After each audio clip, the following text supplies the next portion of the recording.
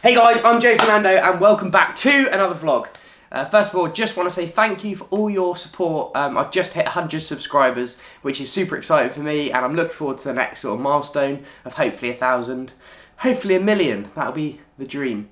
But I wanted to do this video because I put a poll out on Instagram. So thanks for your feedback. So on Instagram I said, shall I do a review of the new iPhone 11 Pro Max? So this phone came out last week, or maybe the week before last, and I pre-ordered it because my phone was up for renewal with Vodafone, so I pre-ordered the phone and it arrived. The phone is mental, like the amount of different features it's got. Okay, let's be honest, every time iPhone release a new phone, it's pretty much the same. But there's something a little bit special about this one, and that is the cameras. So it's got 3 cameras on the back. But before I get into the detail, I wanted to do a little side-by-side. So what I've got is my old phone, which is an iPhone 8 Plus, this one here, and then we've got the iPhone 11 Pro Max.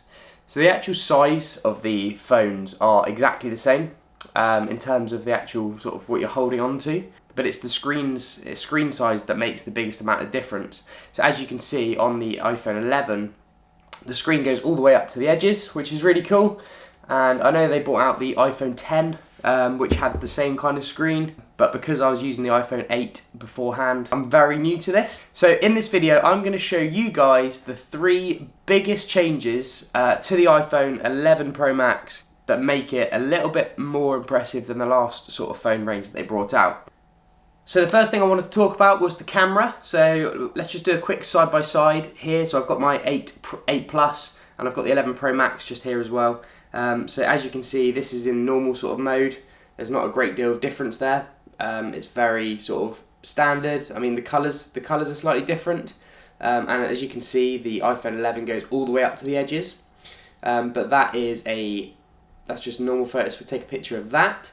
And then the iPhone also, the 11 goes up to super wide angle, so that's that shot. It's much wider. And then after that, oh, I haven't logged my breakfast for today. Gosh, I need to sort something out for brekkie. And then we've got super zoom as well, which is just there. So yeah, really amazing amount of difference from the iPhone camera just there. Video wise, again, it's just very standard. You've got your super wide, normal, and then zoom. In terms of other features that this camera's got, it's not a great deal of difference. You know, they always pick one thing to improve on for the following model. I'm sure they've got something else in plan for the next one. Hopefully they get rid of that sort of bevel at the top there. You can still record time lapse, which you can record that in super zoom, slow motion, etc, etc. Now the one thing I wanted to talk to you about was the portrait mode. So those of you that already have an iPhone 10 will know you can do selfie mode with the front-facing camera. I didn't know this until the other day, and someone at work told me that you could, which was cool. But you can, which is quite awesome. So there you go, there's a selfie camera in portrait mode, so it blurs out the background. And it's not as bad as, I don't know, it's just it's a bit questionable. It does look a little bit fake, so you kind of know that it's been taken by an iPhone and it's been like computer generated. But hey, it's still a bit of fun and it makes your photos look a little bit more impressive. The second biggest change that you'll notice when getting the iPhone 11, the battery lasts 40% longer than the previous model. I've had this phone now for about a week. I don't think I've seen the phone go under 50%. Which is pretty amazing, and I've used, you know, some weekends I've used it all day long. The quality of the battery is something that I think is going to put iPhone up there in comparison to other mobile phone brands out there like Samsung or the new Google phone, the Google Pixel 4 that's just come out or coming out soon. But the battery life is insane, so one of those things to look out for. I really like the battery on this one. But for me, the biggest change is the fact that it doesn't have any buttons on the front. Obviously I was on the 8 beforehand, which did. This one doesn't. So I'm trying to get used to all the haptics. I think they call them haptics. Basically just the way the screen now works. So instead of the home button being a button that you physically press here, you just swipe up and it goes back to the home. If you're in, you know, you're in photos, you can again just scroll up and it'll go back to home, which is quite a cool feature. Scrolling down from the top right hand side of the screen, and you've got your settings, which on the iPhone 8 you'd have to scroll up from the bottom. If you want to delete any apps or close down any apps, you just scroll from the bottom upwards like that, and then you can just scroll through and do what you normally do. And that's pretty cool.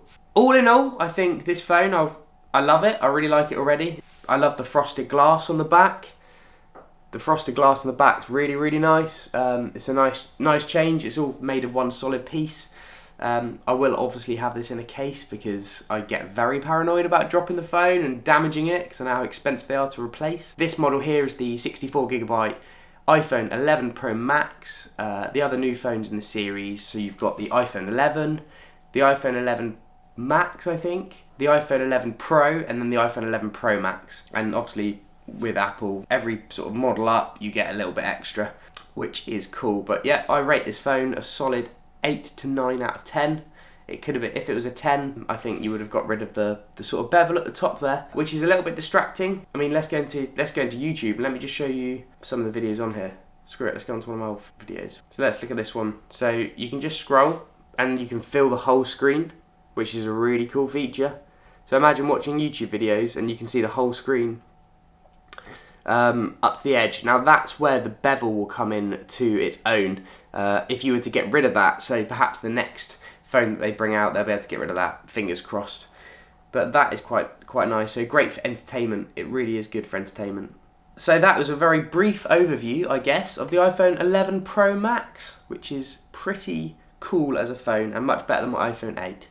So I hope you've found this video a little bit informative. I've given you sort of 3 of the biggest highlights from the phone, which is the camera, the battery life, and also the use and how you use the screen, which was new to me. I hope you've enjoyed the video. If you have, leave a thumbs up. Make sure you subscribe so you can see more content that I'm releasing each week. Thanks for watching, guys, and see you next time.